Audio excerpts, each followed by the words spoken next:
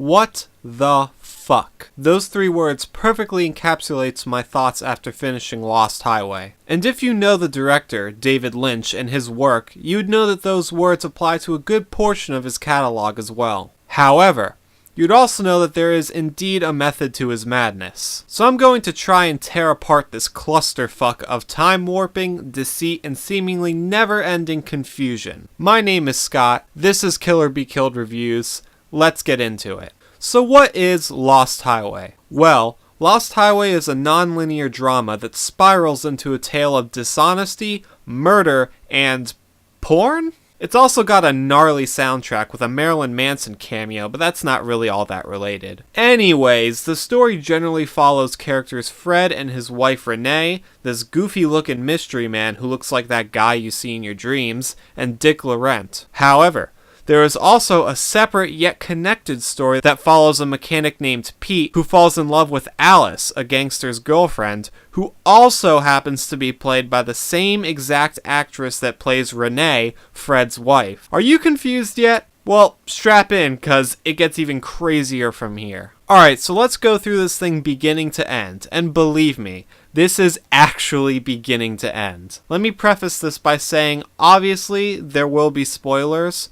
And also, it's crucial to remember names in this movie. And if you haven't seen this movie yet, and you choose not to for some reason, it's even more crucial that you remember the names now, since you're not even going through the whole experience and instead are listening to my summary of the experience. Whatever. My point is, names are important in this movie.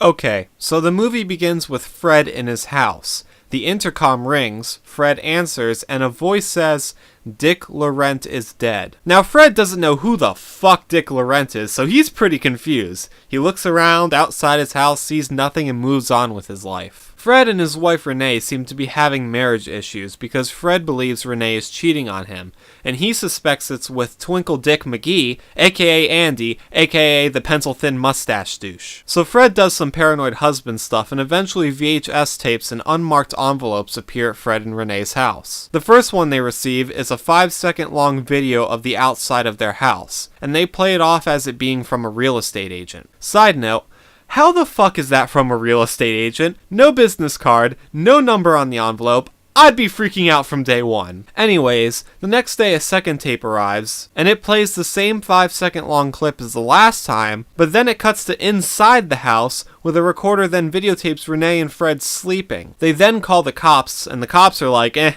I don't know what you want us to do about it, yada yada yada yada, whatever. So then they're at this party with Andy McFuckboy, and Mystery Man approaches Fred, and he says, "I've met you before at your house." Fred's pretty confused, and then the Magic Man does some spooky magic stuff, and then Fred asks Andy Dongletongs who that guy is, and he said he's a friend of Dick Laurent. Fred says Dick Laurent is dead, repeating what he heard in the beginning of the movie in the intercom, and Andy says he can't be dead. All of this freaks Fred out, so Fred and Renee go home. The next day, Fred receives a third tape, but on this tape, there's a video of Fred brutally killing Renee. The scene then jumps to Fred being beaten up by detectives, with him saying he didn't kill her. This is where the first dose of crazy comes in. So anyways, Fred is then found guilty and is sentenced to the electric chair. In prison, awaiting his execution, Fred is complaining about headaches, and the doctor says he's fine, and he goes back off to his cell. But then one night, Fred turns into a completely different person! A 24-year-old man named Pete. Why?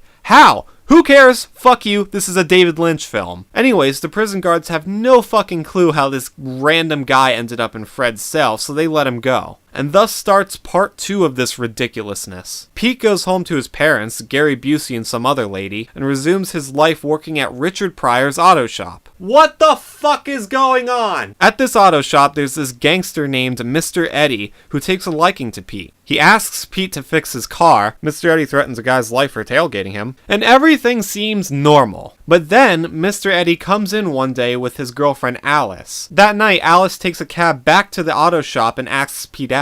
They have an affair, but then Mr. Eddie starts low-key threatening his boy Pete's life, even going as far as having the mystery man call Pete at his house, uttering a similar question as he did with Fred earlier. So Pete and Alice are like, we need to get out of town. And Alice concocts this brilliant idea involving Pete knocking out and robbing, guess who?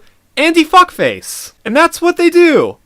Except Pete accidentally kills Andy. Anyways, they move on, ready to get new passports from this guy in a cabin in the desert for some reason. And then Pete and Alice start having sex, and she tells him that he'll never have her. And then, that's right, you guessed it, Pete turns back into Fred. Are you kidding me? Fred then runs into the mystery man at the cabin. Fred asks about Alice, and the mystery man says Alice's name is Renee. So not only is Alice and Renee played by the same actress, but they're played by the same person in this narrative too. The mystery man starts filming Fred and he runs away. This is where I'd assume it's confirmed that the mystery man was filming and sending those VHS tapes. Anyways, Fred then heads to the Lost Highway Motel where his wife Renee, and also Alice, is banging Mr. Eddie, who's also apparently Dick Laurent, a porn executive guy. Once they are finished, Fred kidnaps Dick Laurent and takes him out to the desert where they have a little scuffle. The mystery man then hands Fred a knife and he slashes Dick's throat. Dick asks what they want, and the mystery man hands him a phone which plays Dick's porn movies starring Marilyn Manson. The mystery man then shoots Dick in the face. There's a joke in there somewhere, but I'll let you connect the dots. Anyways, the next scene takes place at Andy's house after his murder, where the detectives, the same detectives who were called to help during the whole VHS tape thing, notice a picture of Renee, Andy, and Dick Laurent. The detective then says, "You know what I think?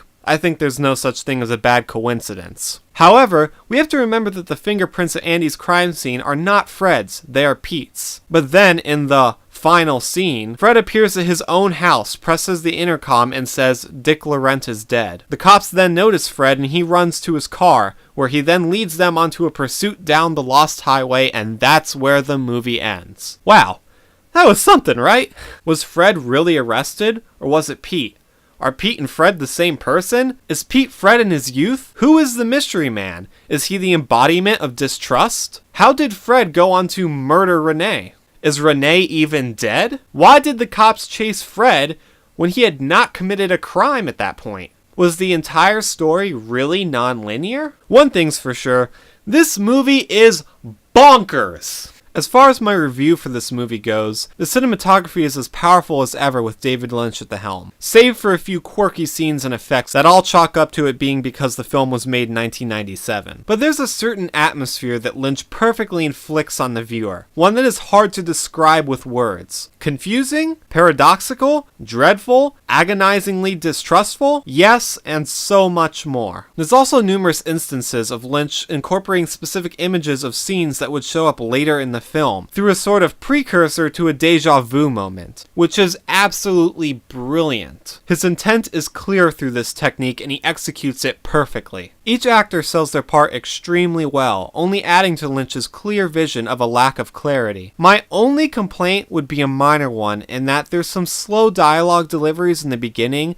that don't feel all that natural or build any sort of atmosphere. But in the grand scheme of things, that's a small complaint. Regardless, this movie is quite the experience, one that many will not appreciate, though I certainly did. So all in all, I would absolutely recommend this movie. And as far as the numeric rating goes, I would give it a 7 out of 10. There's a lot of confusion, and most of the questions are just answered with even more questions. But I also think that that was the entire point of this film. It wasn't supposed to be clear. It wasn't supposed to be concise. It was supposed to disorient the audience. And although not a perfect movie, it certainly accomplishes this task. So that about does it for my review of Lost Highway. Thank you guys for watching. Leave a like if you liked the video. Remember to subscribe if you haven't already. Thanks again for watching, and I hope to catch you guys in the next video.